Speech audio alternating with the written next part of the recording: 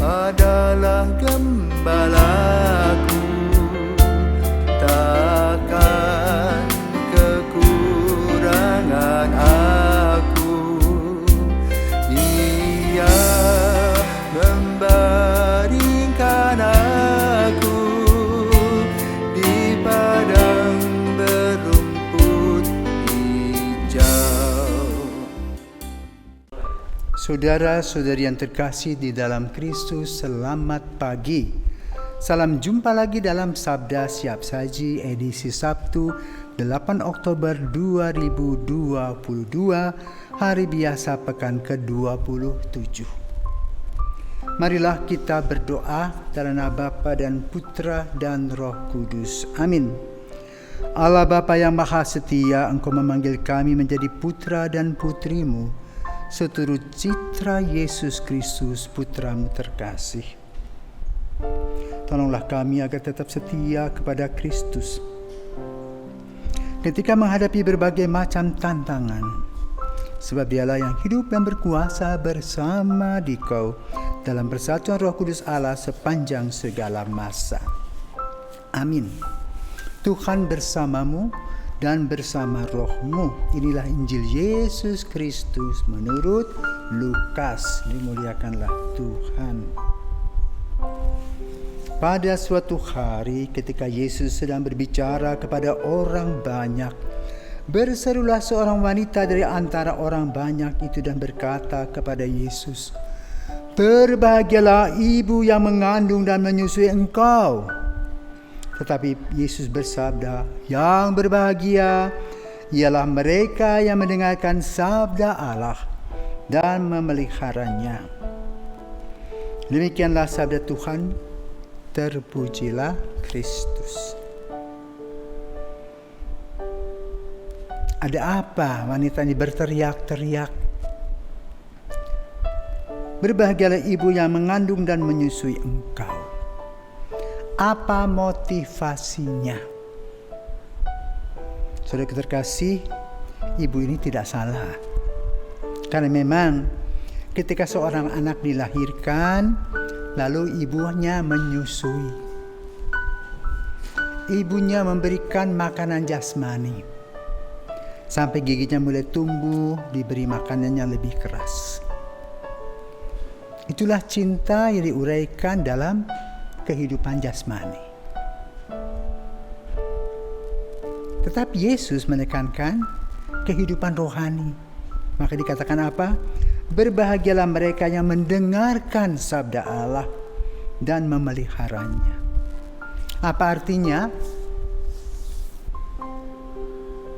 Dua hal ini harus seimbang, jasmani maupun rohani. Kan ada istilah itu, mens sana in corpore sano. Dalam jiwa yang sehat terdapat juga badan yang sehat. Banyak penyakit dalam kehidupan kita terjadi karena pemikiran kita yang negatif. Orang terus berpikir tentang kepahitan hidup. Dan kepahitan itu tidak akan pergi, malah dia bercokol di hati kita, melahirkan aura-aura negatif. Namun ada orang juga yang berpikir positif.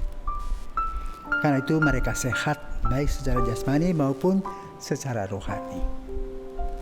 Yesus berharap agar kita pun juga sehat baik secara jasmani maupun secara rohani. Bagaimana caranya agar kita sehat secara jasmani? Pertama, kita perlu pekerjaan. Kita perlu bekerja untuk mendapatkan nafkah. Dari nafkah itu kita bisa mengatur sandang, pangan, papan. Maka pengumpulan rezeki harus dilakukan dengan kerja keras dan juga melalui kejujuran. Dan bila kita sudah mendapatkan rezeki, maka kita juga harus terbuka dan berbagi kepada orang-orang yang memerlukan. Secara jasmani kita bekerja keras dari hari ke hari, dari waktu ke waktu. Karena itu anak-anak muda mempersiapkan hari esok agar bisa mempersiapkan hari depan dengan lebih baik melalui sekolah, melalui pendidikan. baik pendidikan karakter maupun juga pendidikan yang berkaitan dengan ilmu. Di mana kalau di seminari itu ada yang disebut dengan siensia, ilmu pengetahuan. Namun di lain sisi juga ada yang disebut dengan sanitas dan sanktitas, kekudusan secara rohani. Nah, bagaimana? Pada bulan ini adalah bulan Rosario. Ayo mari orang-orang Katolik berdoalah setiap hari Rosario.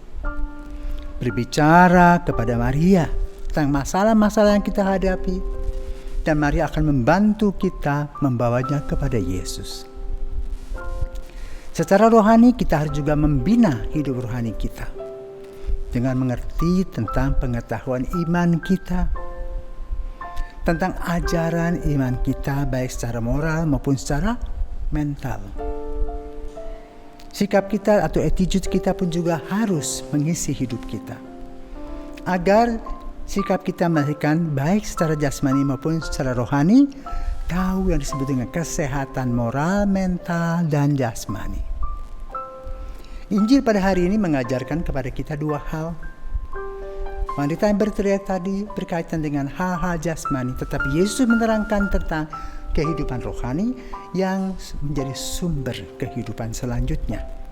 Karena apa? Setelah jasmani kita habis, karena tua, karena meninggal, maka yang tinggal adalah hidup rohani. Kita kembali ke pangkuan Bapa dalam kehidupan kekal.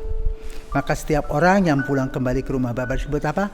Rest in peace, beristirahat dalam damai Tuhan. Semoga kita masih diberikan kesempatan untuk mengisi hidup-hidup kita ini, agar pada waktunya kita juga mengalami damai sejahtera di dalam Tuhan.